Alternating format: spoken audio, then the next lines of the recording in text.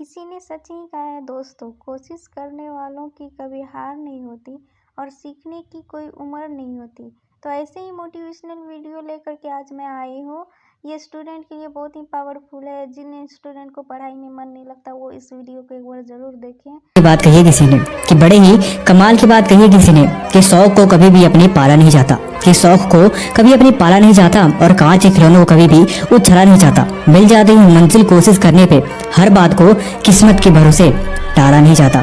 ये जिंदगी है, इससे प्यार करो। अभी रात है तो सुबह का इंतजार करो। वो पल भी आएगा मेरे दोस्त जिसकी तुम्हें ख्वाहिश है। बस अपनी मेहनत पे भरोसा और इस रब पे हमेशा एतबार करो। यकीन मानो जीत तुम्हारी निश्चित है। दोस्तों, आज का ये वीडियो बहुत ही कमाल का होने वाला है। इतना समझ लो कि अगर आप एक स्टूडेंट हो तो इसे देखने के बाद आपको पढ़ाई का कीड़ा काटने वाला है। So let's start the video. Bharat के संविधान निर्माता बाबा साहेब डॉक्टर भीमराव अंबेडकर जी के बारे में तो आप जरूर जानते होंगे, जो अर्थशास्त्र में पीएचडी करने वाले पहले भारतीय थे, जिनके पास अलग अलग विषयों में 32 डिग्रियां थी, जिन्हें लगभग 9 भाषाओं का ज्ञान था। लेकिन क्या आपने कभी डॉक्टर श्रीकांत जिचकर जी के बारे में सुना है, जिन्हें इंडिया का मोस्ट क्वालिफाइड पर्सन कहा जाता है, जिनका नाम लिम्का बुक ऑफ रिकॉर्ड में शामिल है? क्या आपने कभी प्रोफेसर वीएन प्रतिभन जी के बारे में सुना है, जिनके पास दुनिया में सबसे ज्यादा 145 एकेडमिक डिग्रीज हैं? अगर आप इनके बारे में नहीं जानते तो ये वीडियो लास्ट तक जरूर देखना, क्योंकि किताबों से जितना प्यार इन लोगों ने किया है उसका 10% भी अगर आप लोगों ने कर लिया तो समझना आपका बेड़ा पार है। तो शुरू करते हैं डॉक्टर श्रीकांत जिचकर जी से, जिनका जन्म स्वतंत्रता के 7 साल बाद 14 सितंबर 1954 को महाराष्ट्र के नागपुर जिले में हुआ। आपको जानकर हैरानी होगी कि 1972 से 1990 के बीच मात्र 18 सालों में इन्होंने 42 यूनिवर्सिटी एग्जाम दिए, 20 से ज्यादा डिग्री हासिल की और 28 गोल्ड मेडल जीते। ये बात हो रही है उस वक्त की जब इंडिया में ना कोई ऑनलाइन क्लासेस चलती थी और ना ही किसी क्वेश्चन का सॉल्यूशन गूगल पर मौजूद था,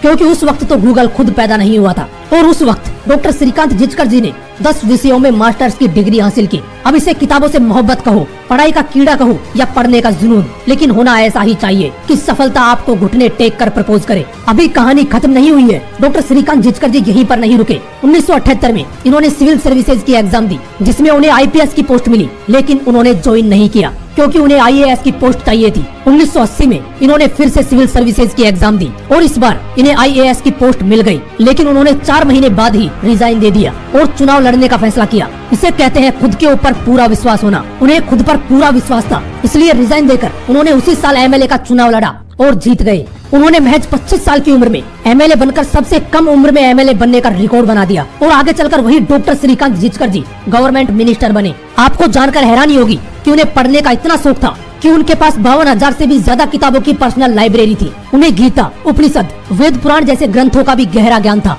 अब इतना जानने के बाद ये मत समझने लग जाना कि उन्हें सिर्फ किताबों से ही प्यार था, क्योंकि डॉक्टर श्रीकांत जिचकर जी मल्टी टैलेंटेड थे। वो एक पेंटर और प्रोफेशनल फोटोग्राफर के साथ साथ एक अच्छे स्टेज एक्टर भी थे। लेकिन अफसोस, multi talented doctor Shrikant Jichkar ji आज हमारे बीच नहीं है। 2004 में नागपुर में एक कार एक्सीडेंट में उनकी मौत हो गई। ऐसे ही एक और इंसान है जिन्हें दुनिया का सबसे बड़ा डिग्री धारक कहा जाता है। वो है चेन्नई के प्रोफेसर वीएन प्रतिभन जी, जिनके पास 145 एकेडमिक डिग्रीज है। और आपको जानकर हैरानी होगी कि ये अपनी सैलरी का 90% हिस्सा अपनी पढ़ाई पर खर्च कर देते हैं। 145 डिग्री होने के बाद भी वो कहते हैं कि मेरे पास अभी टाइम है, जब तक जिंदा हूँ एग्जाम देता रहूंगा और डिग्रीज लेने का ये सिलसिला ऐसे ही चलता रहेगा। दोस्तों, इसे कहते हैं किताबों से प्यार। मैं ये नहीं कहूँगा कि आप भी इनकी तरह डिग्रियां लेते रहो, लेकिन इनकी तरह किताबों से प्यार जरूर करो। हो सकता है आपको किताबें बोरिंग लगती हो, लेकिन जिस दिन आपको किताबों से प्यार हो गया ना, वो आपको बोर करना बंद कर देंगी। ये वो ज्ञान का भंडार है जो किताबों के रूप में आपको हलवे की तरह परोसा गया है। इसे जितना अपने अंदर डाल सकते हो डाल लो,